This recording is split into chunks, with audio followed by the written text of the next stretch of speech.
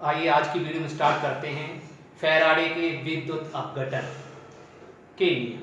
तो फैराडे की विद्युत अपघटन नियम, पिछली वीडियो में आपने जाना था विद्युत अपघटन क्या होता है और विद्युत अपघटन से क्रिया विधि क्या होती है, विद्युत अपघटन से किस प्रकार से उत्पाद बनते हैं, प्रोडक्ट कैसे बनाते हैं और विद्युत अपघटन के उपयोग क्या होते हैं। उसमें हमने विद्युत लेपन भी बता दिया था, जस्तीकरण बता दिया था, ट्यूनिंग भी बता दी थी। तो उसके बाद अब स्टार्ट करते हैं फैराडे के विद्युत अपघटन के नियम। मोस्ट मोस्ट मोस्ट इम्पोर्टेंट, सभी स्टूडेंट डाल लें, वेरी मोस्ट इम्पोर्टेंट डाल लें। जो चीज़ वेरी मोस्ट बताएं उसको लगाते चलें, ये परीक्षा में अवश्य आता है। फैराडे के विद्युत अपघटन के नियम। अब फैराडे वैज्ञानिक हैं, उन्होंने विद्युत अपघटन के नियम क्यों दिए कि बेटा अब आप पीछे थोड़ा सा बैक हो जाएं। मैंने बताया था कि जो विद्युत अपघटन प्रक्रिया जो होती है, विद्युत अपघटनीय सेल में होता है, रासायनिक सेल में नहीं होता। मैंने बताया था यहाँ से इस छड़ से कॉपर निकल के इस छड़ पर जा रहा था, या चांदी इस छड़ से निकल कर इस छड़ पर जा रही थी, है ना। और ये छड़ ऐसी मोटी होती जा रही थी, ये छड़ गलती जा रही थी, पतली होती जा रही थी। अब ये नियम इसलिए दिया गया, अब ये पहचानने के लिए किया गया कि इस छड़ पर कितना चांदी जमा हो रहा है, मतलब कितनी मात्रा, क्वांटिटी जमा हो रही है, कितना कॉपर जमा हो रहा है, वो निकालने के लिए फैराडे ने विद्युत अपघटन के नियम दिए। बात समझ में आ गई। तो ये जो टॉपिक होते हैं एनसीईआरटी में, वो एक दूसरे से जुड़े हुए टॉपिक बनाए गए हैं, एक के बाद दूसरा, दूसरे के बाद तीसरा, तभी आप टॉपिक वाइज समझेंगे। इसलिए वीडियो को क्रम से देखते जाएं, ठीक है, और आपको बहुत मजा आने वाला है। अब ये भी बहुत ही मजेदार इंटरेस्टेड टॉपिक है, आपको इसको भी नहीं याद करना, इसको भी ट्रिक के द्वारा ही पढ़ेंगे। देखिए क्या होता है, आप देख रहे हैं कि ये ऐसा कैसे हो रहा है कि बेटा जब इसमें हम विद्युत प्रवाहित कर रहे हैं, किसके विद्युत धारा भेज रहे थे, जब इसमें विद्युत धारा भेज रहे हैं तब इसमें विद्युत परिवर्तन हो रहा है, विद्युत धारा प्रवाहित हो रही है ना। तब ये कॉपर यहां से निकल कर किसके ऊपर जा रहा है, सीयू के ऊपर जा रहा है ना। अब इसका मतलब विद्युत धारा प्रवाहित करने से कॉपर के ऊपर जा रहा है। अब इसका मतलब धारा, और धारा कितनी भेज रहे हो और कितनी धारा भेज रहे हो, ज़्यादा धारा भेज रहे हो, कम धारा भेज रहे हो, है ना। तो जैसी धारा भेजोगे वैसे ही उतनी मात्रा में ही जाएगा, ठीक है। मतलब देखा, उन्होंने प्रैक्टिकल किया, फैराडे ने प्रैक्टिकल किया होगा। प्रैक्टिकल किया, क्या किया कि कम धारा भेजी, जब धारा को कम भेजा तो इसमें कॉपर कम गया, समझ में आ रहा, इधर कॉपर कम ट्रांसफर हुआ। और जब धारा अधिक भेजी, और ज़्यादा विद्युत धारा भेजी तो अधिक कॉपर चला गया। तो उन्होंने देखा यार धारा भेज रहे हैं तो कॉपर बन रहा है, अधिक कॉपर बन रहा है। इसका मतलब है कि ये जो मात्रा है, मात्रा कैसे व्यक्त करते हैं, वेट, वजन, क्वांटिटी, डब्ल्यू से मात्रा, ठीक है, वजन होता है कितनी मात्रा किलोग्राम में या ग्राम में निक्षेपित हो रही है, कितनी मात्रा जा रही है, किसके द्वारा, धारा के बहाने से। और धारा की मात्रा कैसे व्यक्त करते हैं, आवेश। धारा की मात्रा क्या होता है, क्यू। परिभाषा आपने पढ़ा, विद्युत धारा किसे कहते हैं, आवेश प्रवाह की दर को विद्युत धारा कहते हैं। मतलब जितना आवेश बहता है वही धारा होती है, बताया था आवेश, तो आवेश को क्यू से व्यक्त करते हैं। तो इसका मतलब जितना आवेश इसमें डाल रहे हैं, जितना चार्ज इसको चार्ज करते जा रहे हैं, उतनी धारा डब्ल्यू। इसका मतलब है क्यू प्रोपोर्शनल हो गया डब्ल्यू के, क्यू प्रोपोर्शनल कैसे हो गया, डब्ल्यू के हो गया, समझ में आ गया। इसका मतलब धारा डब्ल्यू के समानुपाती होती है। इन्होंने चूंकि इन्होंने धारा भेजी, डब्ल्यू बना, इन्होंने डब्ल्यू को निकाला, इसलिए पलट दिया, अर्थात डब्ल्यू इधर कर दिया, प्रोपोर्शनल क्यू इधर कर दिया, बस इतना फर्क है। बात समझ में आ गई, बस ट्रिक निकल गई, कितना आसान था। इसका मतलब फैराडे विद्युत अपघटन का पहला नियम क्या हो गया, फर्स्ट नियम हो गया डब्ल्यू प्रोपोर्शनल क्यू, है ना। मतलब जैसी धारा भेजी वैसे ही डब्ल्यू बना, ठीक है, अर्थात धारा भेजने पर डब्ल्यू बना, डब्ल्यू माने मात्रा। तो इसकी डेफिनेशन क्या हुई, सुनिए। ये कैसा हुआ, जब विद्युत धारा थी, और विद्युत धारा का बहाना क्या कहलाता है, विद्युत अपघटन, क्या कहलाता है, तो विद्युत अपघटन। परिभाषा लिखेंगे, परिभाषा आप लिखना स्टार्ट करें, प्रारंभ करें। विद्युत धारा को विद्युत अपघटन, है ना, लिखिए, लिखो नंबर 1, लिखो ये ऐसे लिखिए, हम बोले तो अभी ये नहीं लिखना, मैं बोल रहा हूँ, लिखिए फैराडे ने सन 1834 ईस्वी में इलेक्ट्रोड पर मुक्त होने वाले पदार्थ की मात्रा ज्ञात करने के लिए निम्न 2 नियम दिए। पहला नियम, नियम नंबर 1, फैराडे का प्रथम नियम। तो डालें हेडिंग फैराडे का प्रथम नियम, डाल लीजिए नंबर 1 हेडिंग फैराडे का प्रथम नियम। पहला नियम क्या है, लिख लीजिए, लिख लीजिए। इस नियम के अनुसार, जब अनुसार लिखते हैं, इस लिखने का तरीका भी सीखे सभी स्टूडेंट। इस नियम के अनुसार, जब अनुसार लिखा जाता है तो डैश लगाते हैं हमेशा और इन्वर्टेड कॉमा स्टार्ट करते हैं। इस चीज को ध्यान रखेंगे, चाहे डबल इन्वर्टेड कॉमा कर दो चाहे सिंगल इन्वर्टेड कॉमा।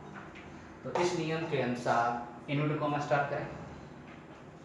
विद्युत अपघटन प्रक्रिया में,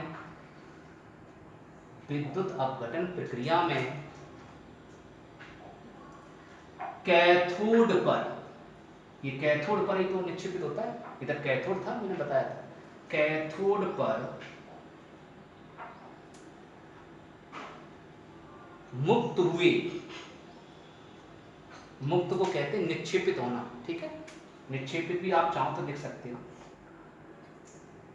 मुक्त हुए पदार्थ की मात्रा, ये मुक्त हुए पदार्थ की मात्रा है किस पर, इलेक्ट्रोड पर, सॉरी कैथोड नहीं इलेक्ट्रोड लिख लो, क्योंकि कैथोड हो सकता है कैथोड पे निक्षेपित हो जाए, हो सकता है एनोड पर निक्षेपित हो जाए, और कैथोड एनोड क्या होते हैं, इलेक्ट्रोड होते हैं, तो इलेक्ट्रोड कॉमन नाम ठीक रहेगा। तो हाँ लिखते जाएं। इस नियम के अनुसार विद्युत अपघटन प्रक्रिया में इलेक्ट्रोड पर मुक्त हुए पदार्थ की मात्रा W, उसमें प्रवाहित विद्युत धारा की मात्रा, मात्रा, ये मात्रा, ये भी मात्रा, ये भी मात्रा, उसमें प्रवाहित विद्युत धारा की मात्रा किससे व्यक्त करते हैं, Q से, Q के समानुपाती होती है। अगर किसी बच्चे को बोलने से लिखने में परेशानी होती है, कोई बच्चे नहीं लिख पाते हैं, तो कुछ समय बाद मैं प्रयास पूरा कर रहा हूँ, मुझे आप प्यार और स्नेह देते रहिए। हमारे 1000 सब्सक्राइबर हो जाएंगे तो हम आपको नीचे जो डिस्क्रिप्शन बॉक्स होता है, उस डिस्क्रिप्शन बॉक्स में आपको हम नोट्स भी प्रोवाइड कर दिया करेंगे। सीधा लिखा हुआ नोट्स आपको मिल जाएगा, जो मैं लैंग्वेज बोल रहा हूँ वही लैंग्वेज में लिखा हुआ नोट्स मिल जाया करेगा, ठीक है। 1000 सब्सक्राइब हो जाने के बाद लाइव चलेंगे तो नीचे डिस्क्रिप्शन बॉक्स में आपको लिंक दे देंगे, अपने आप उससे फोटो क्लिक करोगे, अपने आप आपके नोट्स लिखे हुए आ जाएंगे, आपको फिर लिखना भी नहीं पड़ेगा, ठीक है। चलिए, फिर आपको लिखने की जरूरत नहीं पड़ेगी।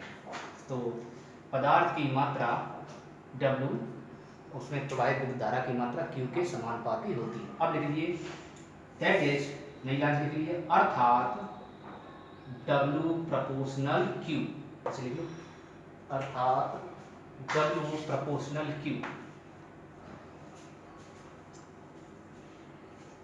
W proportional Q।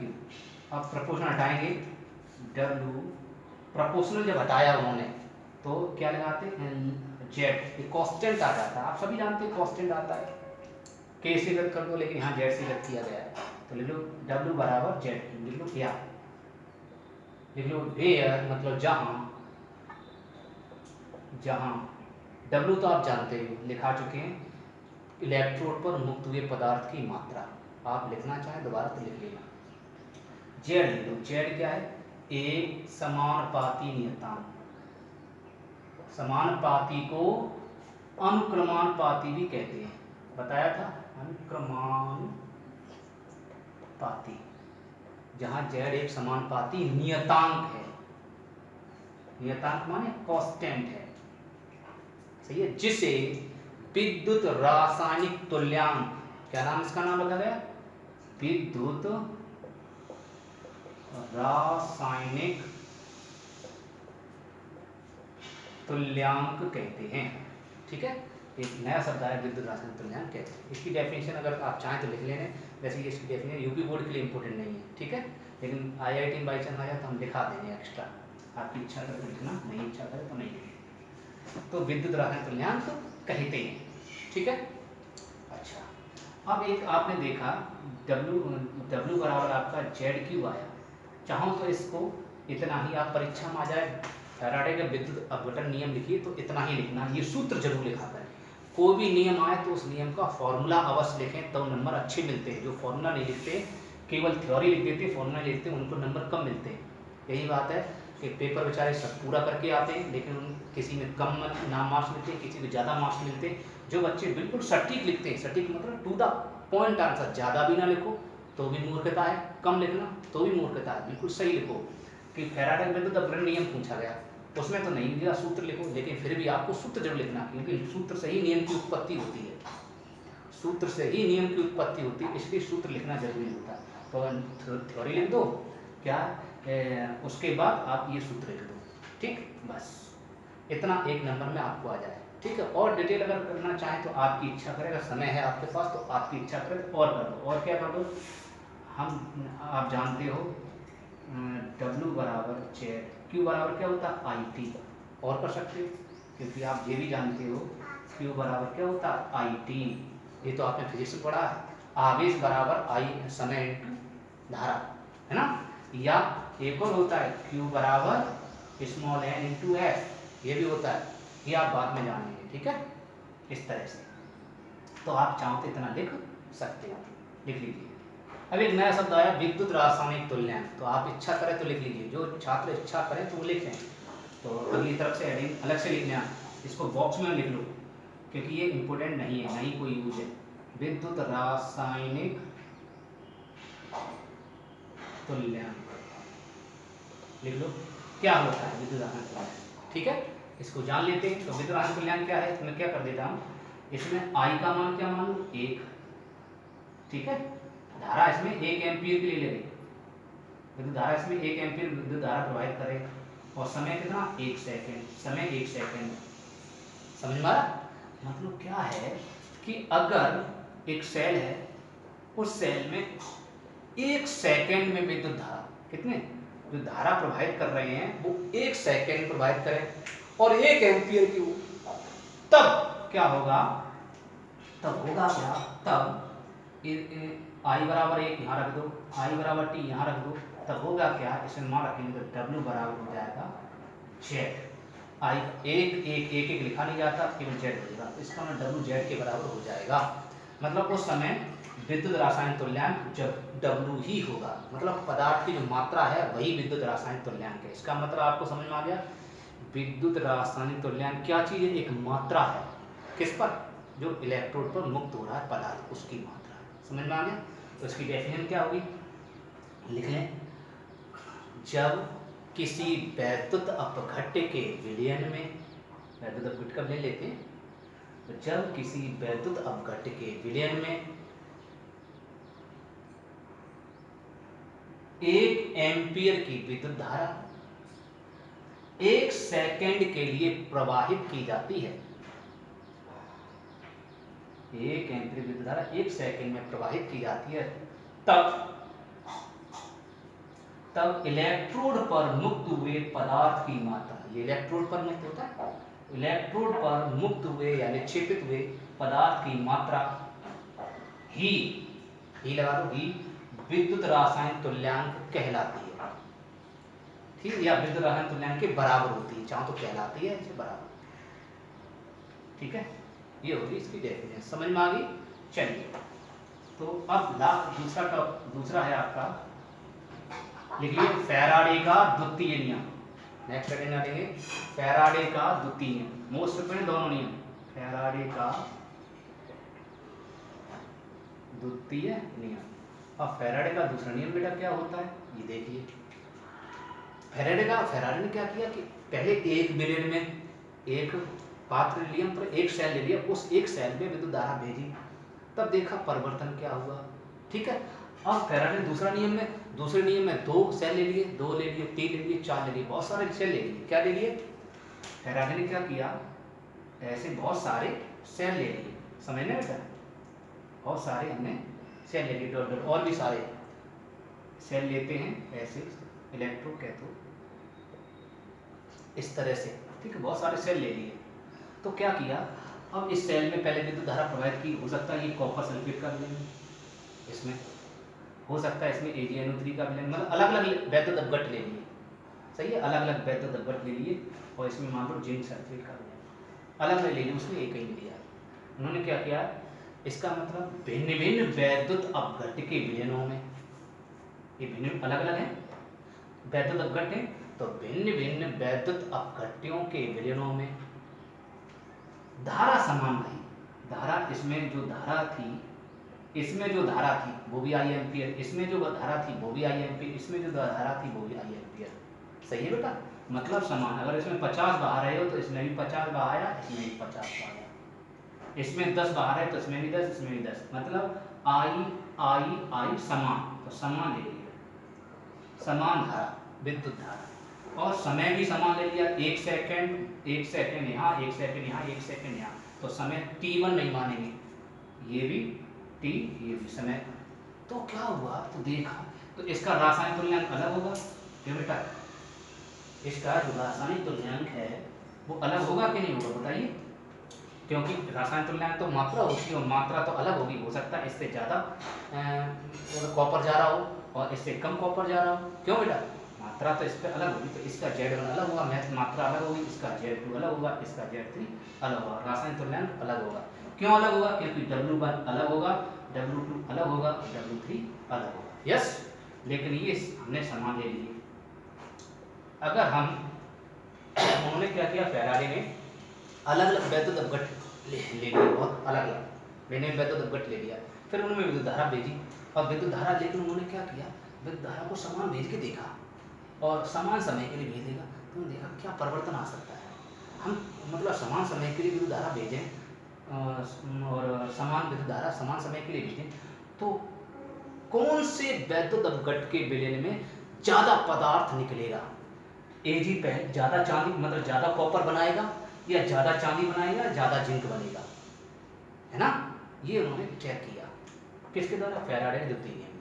तो डेफिनेशन क्या बनेगी, ये क्या, भिन्न अलग अलग वैद्युत अपघट्ट, ये भी वैद्युत अपघट्ट, ये भी वैद्युत अपघट्ट, ये भी वैद्युत, तो डेफिनेशन लिखेंगे, लिखो, इस नियम के अनुसार डैश इनकम स्टार्ट भिन्न भिन्न, भिन्न के डैश लगाते, भिन्न डैश भिन्न, भिन्न भिन्न वैद्युत अपघट्टों के विलयनों में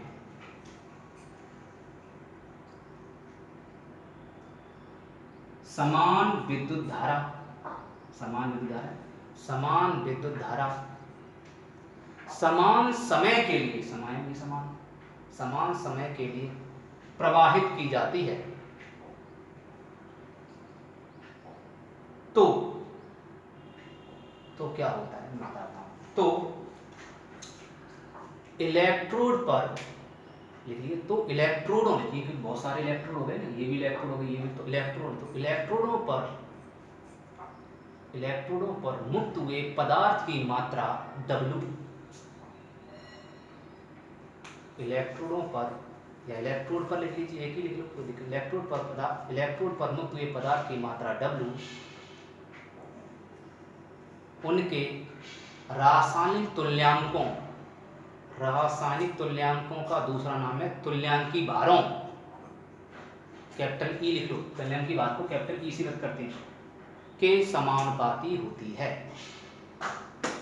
W किसके समानुपाती होती है, E के, या W Z के समानुपाती होती है, सही बेटा, W E के भी समानुपाती है, W Z के समानुपाती होती है, ब्राह्मण। अब नई लाइन लिख लो, अर्थात लिख लो W प्रोपोर्शनल E, लिख लो W प्रोपोर्शनल E। अब इसको हम लिखें तो ऐसे लिख सकते हैं, W1 बटे W2 लिख सकते हैं, क्योंकि अलग है, इन दोनों के लिए अगर दो ही लें, इसको हटा दें, चलो इसको मान लीजिए हटा दें, तो दो ले लें, तो इस W1 इस W2 को भाग दें तो ऐसे आ जाएगा W1 बटे W2, और हो जाएगा E1 बटे E2, है ना, और चाहो तो Z1 बटे Z2 भी हो जाएगा। दिखाऊं कैसे हो जाएगा Z1 बटे Z2, चलो ये भी देखो, मतलब कहने का अर्थ इसकी जगह Z1/Z2 भी हो जाएगा। ठीक है, तो इसलिए आप ध्यान रखें। तो आप लिखें, क्योंकि एनसीईआरटी बुक में जैसा लिखा होगा उतना ही लिखें। तो आप ये लिख लें, यहाँ तक आपका 1 नंबर हो गया, तो यहाँ तक ही लिखेंगे, इससे आगे नहीं लिखेंगे। और फिर भी जो छात्र और एक्स्ट्रा समझना चाहते हैं वो और आगे लिख लें, जो और एक्स्ट्रा लिखना चाहते हैं तो और आगे लिखेंगे। क्या होगा, हम चेक करते हैं कि हाँ ये ऐसा होता है कि नहीं होता। चलिए चेक करते हैं।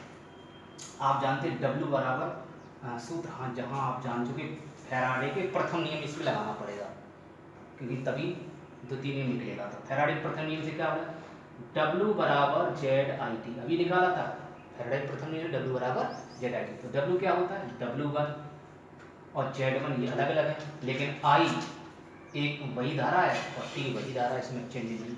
W2 बराबर क्या होगा, Z2I, ठीक है, ये भी चेंज नहीं, ये भी चेंज नहीं, ये चेंज है, 2 लिख दिया, ये चेंज 2। तो इन दोनों को क्या कर दिया मैंने यहाँ रख दिया, समीकरण इसमें मान लो, समीकरण मान लो, इसे मान पुट कर दो। तो क्या होगा, जो छात्र आगे लिखना चाहें वो आगे लिखें, नहीं तो नहीं, वरना इतना ही लिखें ऊपर वाला, बस नीचे वाला ना लिखें। समझने के लिए लिखना चाहो लिख सकते हो। तो मैं Z1 मार्क से मान W1 का मान क्या है, Z1IT, ठीक है, Z1IT W1/W2। तो इन दोनों का भाग दे देंगे, मतलब ठीक है, इन दोनों क्या कर दिया मैंने, भाग कर दिया, डिवाइड कर दिया। तो क्या होगा, W1/W2 बराबर Z1IT/Z2IT। तो IT सेट कर दिया, तो इसका W1/W2 तो आ गया, W1/W2 बराबर Z1/Z2 ने बताया था, इसलिए हम चाहें तो W प्रोपोर्शनल Z भी लिख सकते हैं। ठीक है, लेकिन इस तरह से उन्होंने रासायनिक तुल्यांक को नहीं माना, ऐसे माना। क्या से माना, इन्होंने इसके मान यहाँ रख दिए, इन दोनों के मान यहाँ रख दिए, रखो। तो कैसे आएगा, Z1IT/Z2IT बराबर E1/E2। ठीक है, तो ये IT से IT कैंसिल हो गया, तो Z1/Z2 आ गया, तो Z देखो बना, Z1/Z2 बराबर आ गया E1/E2।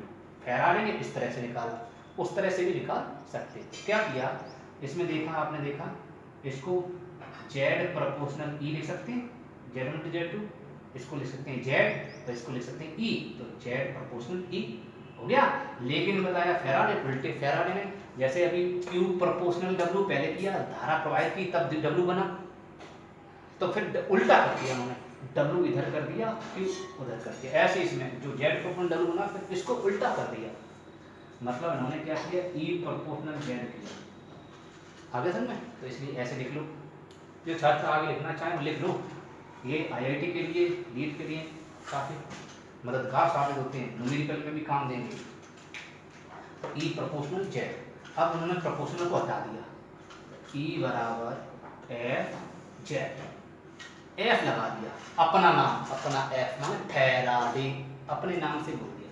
तो जहाँ F क्या है, एक समानुपाती नियतांक है, पूरा लिख लो, एक समानुपाती नियतांक है, जिसे फैराडे नियतांक कहते हैं। क्या बोलते हैं, फैराडे नियतांक कहते हैं, तो इसको फैराडे नियतांक कहते हैं। ठीक है बेटा, इसका नाम उन्होंने मान निकाला, उन्होंने प्रैक्टिकल किया तो इसका मान भी निकल के आया, वो अपने नाम से ही रख दिया। तो बोलो इसका, जिसका मान लिखते जाइए, जिसका मान कितना निकाला फैराडे ने, 96,500 कूलाम प्रति मोल।